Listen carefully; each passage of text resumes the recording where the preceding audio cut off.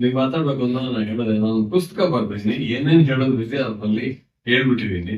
ಹಾಗಾಗಿ ಮತ್ತೆ ಅದನ್ನೇ ಪುನರಾವರ್ತನೆ ಮಾಡೋದಿಲ್ಲ ಅಂತ ಹೇಳಿದ್ದೀನಿ. ಹಾಗಾಗಿ ನಿಮ್ಗೆ ಈ ಸಿನಿಮಾದ ಬಗ್ಗೆ ಆಸಕ್ತಿ ಇದ್ರೆ ಗೋಪಿಯವರು ಕೆಲವು ಪ್ರತಿಗಳನ್ನ ಮಾರಾಟಕ್ಕೆ ಇಟ್ಟಿದ್ದಾರೆ, ಕೊಂಡ್ಕೊಳ್ಬಹುದು. ಈಗ ನಾವು 10 ವರ್ಷ ಇಲ್ಲಿ ಕಂಟಿನ್ಯೂಸ್ ಆಗಿ ಪ್ರತಿ ಭಾನುವಾರ ಒಂದು ಜಾಗತಿಕ ಸಿನಿಮಾವನ್ನು ತೋರಿಸ್ತಾ ಇದ್ವಿ. ಭಾರತೀಯದ ಶ್ರೇಷ್ಠ ಸಿನಿಮಾಗಳನ್ನು ತೋರಿಸ್ತಾ, ಕನ್ನಡದ ಶ್ರೇಷ್ಠ ಸಿನಿಮಾಗಳನ್ನು ತೋರಿಸ್ತಾ ಇದ್ವಿ. ಅದು ಪ್ರೇಕ್ಷಕರಿಗೆ ಹೊಸ ಲೋಕವನ್ನ ಪರಿಚಯಿಸುವ ಒಂದು ಪ್ರಯತ್ನ ಆಗಿದೆ. ಈ ಸಲ ಮತ್ತೊಂದು ಮಾಡೋಣ ಅಂತ ಅನ್ಸಿದ್ದು, ಇಲ್ಲ ಹೊಸ ಪ್ರಯೋಗ ಮಾಡೋಣ. ಇವೆಲ್ಲ ಸಿನಿಮಾಗಳು ಯೂಟ್ಯೂಬ್ ಅಲ್ಲೂ ಸಿಗುತ್ತೆ.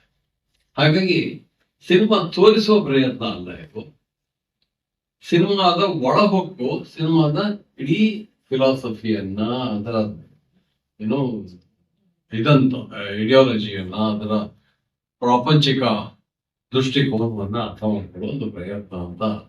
ಆ ಕಾರಣಕ್ಕೆ ನಾನು ಹೇಳಿದೆ, ಈಗಾಗಲೇ ಸಿನಿಮಾ ನೋಡಿರ್ತಾರಲ್ಲ, ಆ ಕಾರಣಕ್ಕೆ ಸಿನಿಮಾದ ಬಗ್ಗೆ ವ್ಯಾಖ್ಯಾನ ಮೊದಲಾಗಿ ಆಮೇಲೆ ಸಿನಿಮಾ ತೋರಿಸೋದು ಆಸಕ್ತಿ ಇರಲಿ. ಇದು ಯಾಕೆ ಅಂತಂದ್ರೆ ಸಿನಿಮಾದ ಒಂದು ದೊಡ್ಡ ಶಕ್ತಿ ಅಥವಾ ಮಿತಿನೋ ಆಗುತ್ತೆ ಅದು. ಅದೇನಂತಂದ್ರೆ we get carried away by the plot. ಮೊದಲನೇ ಸಲ ನೋಡಿದಾಗ ನೀವು ಏನೇ ಪ್ರಯತ್ನ ಪಟ್ಟರು ಆ ಸಿನಿಮಾದ ಒಳ ಆಂತರ್ಯ ಏನಿರುತ್ತೆ ಅದನ್ನ ನೋಡಕ್ಕಾಗಿರಲ್ಲ. ಅದಕ್ಕೆ ನಮ್ಗೆ FTA ನಲ್ಲಿ ಫಿಲ್ಮ್ ಅಂಡ್ ಟೆಲಿವಿಷನ್ ಇನ್ಸ್ಟಿಟ್ಯೂಟ್ ನಾನು ಓದ್ತಾ ಇದ್ದಾಗ ಏನ್ ಮಾಡ್ತಾ ಇದ್ರು ಅಂದ್ರೆ, ಒಂದು ಸಿನಿಮಾವನ್ನ ಅನೇಕ ಬಾರಿ ತೋರಿಸ್ತಾ ಇದ್ರು. ಮೊದಲನೇ ಬಾರಿ ನೀವು ಕಥೆಯನ್ನ ಗಮನಿಸ್ತಾ ಮಾತ್ರ. ಆ ನಂತರ ನಮ್ಮ ಮೇಸ್ಟ್ರುಗಳು ಆ ಸಿನಿಮಾವನ್ನ ಡಿಕನ್ಸ್ಟ್ರಕ್ಟ್ ಮಾಡ್ತಾ ಇದ್ರು. ಮಾಡಿ ಅಲ್ಲಿ ಅರ್ಥಗಳು ಹೇಗೆ ಕೊಡ್ತವೆ, ಅದರ ನಿರ್ದೇಶಕನ ದೃಷ್ಟಿಕೋನ ಏನು, ಅವನ ವ್ಯಾಖ್ಯಾನ ಏನು, ಜಗತ್ತಿನ ಅವನ ಪರಿಧಿಯ ಬಗ್ಗೆ ವ್ಯಾಖ್ಯಾನ ಏನು ಗೊತ್ತಾಗ್ತಿರ್ತಾರೆ. ಅದಾಗಬೇಕಾದ್ರೆ ನೀವು ಮೊದಲು ಸಿನಿಮಾ ಪ್ಲಾಟ್ ಇಂದ ಹೊರಗೋಗೋದಕ್ಕೆ ಪ್ರಯತ್ನ ಮಾಡಬೇಕು. ಅದ್ರಲ್ಲಿ ಮೊದಲೇ ಸಲ ಸಿನಿಮಾ ನೋಡಿದ್ರೆ ಪ್ಲಾಟ್ ಇಂದ ಹೊರಗೋಗೋದೇ ಇಲ್ಲ. Get carried away by the emotions, you get carried away with the plot. ಹಾಗಾಗಿ ಈ ಸಲ ಹೊಸ ಪ್ರಯೋಗ ಮಾಡೋಣ ಅಂತ.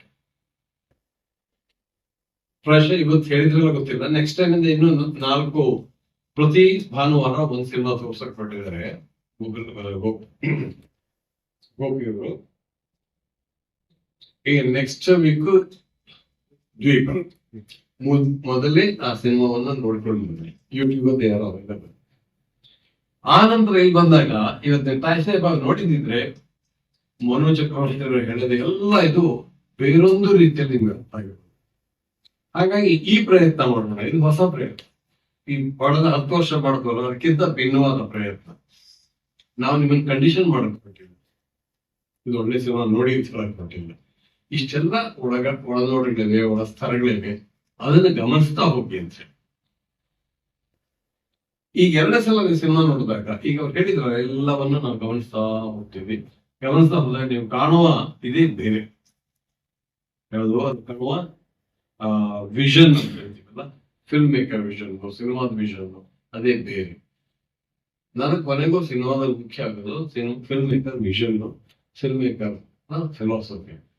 ಸೊ ನಾವು ಸಾಮಾನ್ಯವಾಗಿ ನೋಡುವಾಗ ಈ ಫಿಲಾಸಫಿ, ವಿಷನ್ ಇರ್ಬೇಕಾದ್ರೆ ತಲೆ ಕೆಡಿಸ್ಕೊಳ್ಳೋದು, ಬರೀ ಪ್ಲಾಟ್ ಸಿನಿಮಾ ನೋಡದೆ ಅಂತಂದ್ರೆ ಏನು ಹೇಗಿತ್ತು ಸಿನಿಮಾ ಅಂತ ನಾವು ಕತೆ ಹೇಳೋದಾಗಿದ್ರೆ ನಾನು ನಿಮಗೆ ಫೋನ್ ಏನೋ ಒಂದು ಮೈಕ್ರೋಫೋನ್ ಅಲ್ಲಿ ಹೇಳ್ಬಿಡೋದ ಕತೆ, ಫೋನಲ್ಲಿ ಹೇಳ್ಬಿಡೋದು ನಿಮಗೆ ಕತೆ ಅಲ್ಲ.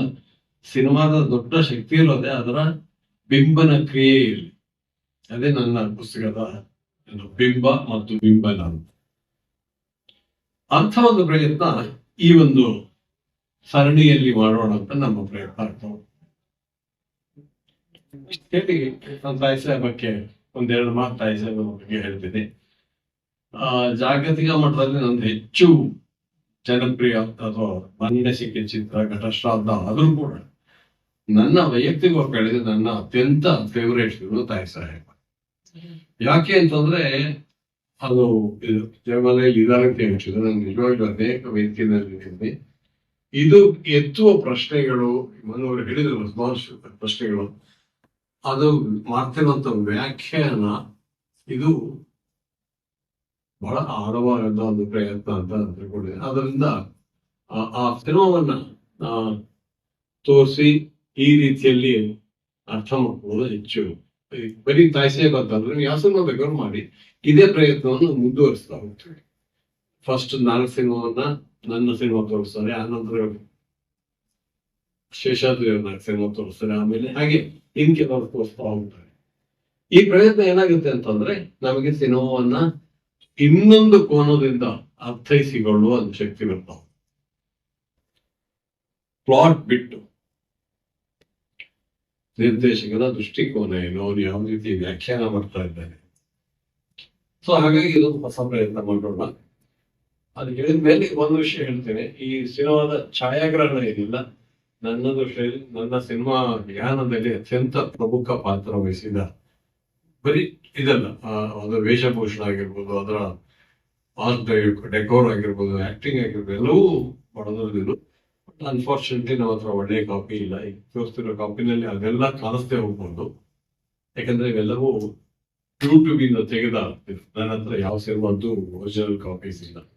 ನಾವೆಲ್ಲವೂ ಮಾಡಿದ್ದು ಫಿಲ್ಮ್ ಅಲ್ಲಿ, ಡಿಜಿಟಲ್ ಅಲ್ಲ. ಹಾಗೆ ಅದೊಂದು ಮನಸ್ಸಲ್ಲಿ ಇಟ್ಕೊಂಡು ಅದು ಬಣ್ಣ ಸ್ವಲ್ಪ ಪೇಲವಾಗಿದೆ ಅಥವಾ ಚೂರು ಔಟ್ ಫೋಕಸ್ ಅದೆಲ್ಲ ಗಮನದಲ್ಲಿ ಇಡ್ಬೇಕಾಗಿತ್ತು.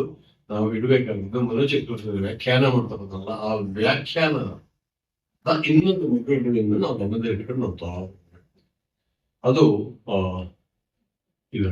ಈ ಬೈದವೇ ಈ ಸಿನಿಮಾಕ್ಕಾಗಿ ರಾಮಚಂದ್ರ ಅವರು ನ್ಯಾಷನಲ್ ಅವಾರ್ಡಿಗೆ ನಾಮಿನೇಟ್ ಆಗಿದ್ರು, ಸ್ಟೇಟ್ ಅವಾರ್ಡ್ ಬಂತು. ಇದವರ ಪ್ರಥಮ ಚಿತ್ರದ ನೆನಪಲ್ಲಿ ಇಟ್ಕೊಳ್ಳಿ. ಆದ್ರೆ ಯಾವ ಇದು ಇಲ್ಲ, ಓರೆಕೋರೆಗಳಿಲ್ಲ, ಪ್ರಥಮ ಚಿತ್ರದ ಓರೆಕೋರೆಗಳಿಲ್ಲ. ನನಗಂತೂ ತುಂಬಾ ಖುಷಿ ಕೊಟ್ಟಂತ ಛಾಯಾಗ್ರಹಣ ಇದು. ಹಾಗಾದ್ರೆ ಇದನ್ನ ಗಮನದಲ್ಲಿ ಇಟ್ಕೊಳ್ಳಿ. ಇದೊಂದು ಅಭ್ಯಾಸ ಅನ್ನೋ ತಗೊಂಡು ಬನ್ನಿ. ನಾಟ್ ಬರೀ ಎಂಟರ್ಟೈನ್ಮೆಂಟ್ ಬರೋದಲ್ಲ, ಬರೀ ಒಂದು ಕೂತ್ಕೊಂಡು ಸಿನಿಮಾ ನೋಡಕ್ ಬರೋದಲ್ಲ, ಮುಂದೆ ನೋಡ್ಬೇಕು ಕೂಡ. ಅದು ನನ್ನ ಸಿನಿಮಾ ಆಗಿರ್ಬೋದು, ಪ್ಲಾಟ್ ಅನ್ನ ಮೀರಿ ಇನ್ ಏನ್ ಹೇಳ್ತಾ ಇದ್ದಾರೆ, ಅದರ ರಾಜಕೀಯತೆ ಏನಿದೆ, ಅದರ ಸೈದ್ಧಾಂತಿಕ ನಿಲುವಿದೆ, ಅದರ ಫಿಲಾಸಫಿಕಲ್ ಇದು ಏನಿರುತ್ತೆ, ಅದನ್ನೆಲ್ಲ ಅರ್ಥ ಮಾಡ್ಕೊಳ್ಳುವಾಗ ಸಿನಿಮಾವನ್ನ ಬೇರೆ ರೀತಿಯಲ್ಲಿ ಅರ್ಥ ಮಾಡ್ಕೊಳ್ತಾ. ನಾವು ಕೆಲವು ಸಿನಿಮಾಗಳನ್ನ ಚೆನ್ನಾಗಿಲ್ಲ ಅಂತ ಹೇಳೋದು ಎಮೋಷನಲಿ ಡಿಸ್ಟರ್ಬ್ ಮಾಡೋಲ್ಲ ಅನ್ನೋ ಕಾರಣಕ್ಕಲ್ಲ, ಈ ತರ ನಿಲುವುಗಳಿಲ್ಲ. ಹಾಗಾಗಿ ಆ ನಿಲುವುಗಳಿಂದ ನೋಡಿದಾಗ ಸಿನಿಮಾ ಅರ್ಥ ಆಗುವ ಕ್ರಮವೇ ಬೇರೆ ಅಂತ ಹೇಳಿ. ಸೊ ಸಿನಿಮಾ ನೋಡುವಾಗ ಇವೆಲ್ಲ don't get carried away by the plot or by the emotional quotient. ಸಿನಿಮಾವನ್ನು ಬೇರೆ ರೀತಿಯಲ್ಲಿ ಅರ್ಥ ಮಾಡಿಕೊಳ್ಳುವ ಅದು ಪ್ರಯತ್ನ ಮಾಡಬೇಕು ಅಂತ ಹೇಳಿ ಗಾಂಧಿ ಹೇಳಕ್ ಪ್ರಯತ್ನಿಸಬೇಕು ಅಂತ ಹೇಳಿ ನಾನು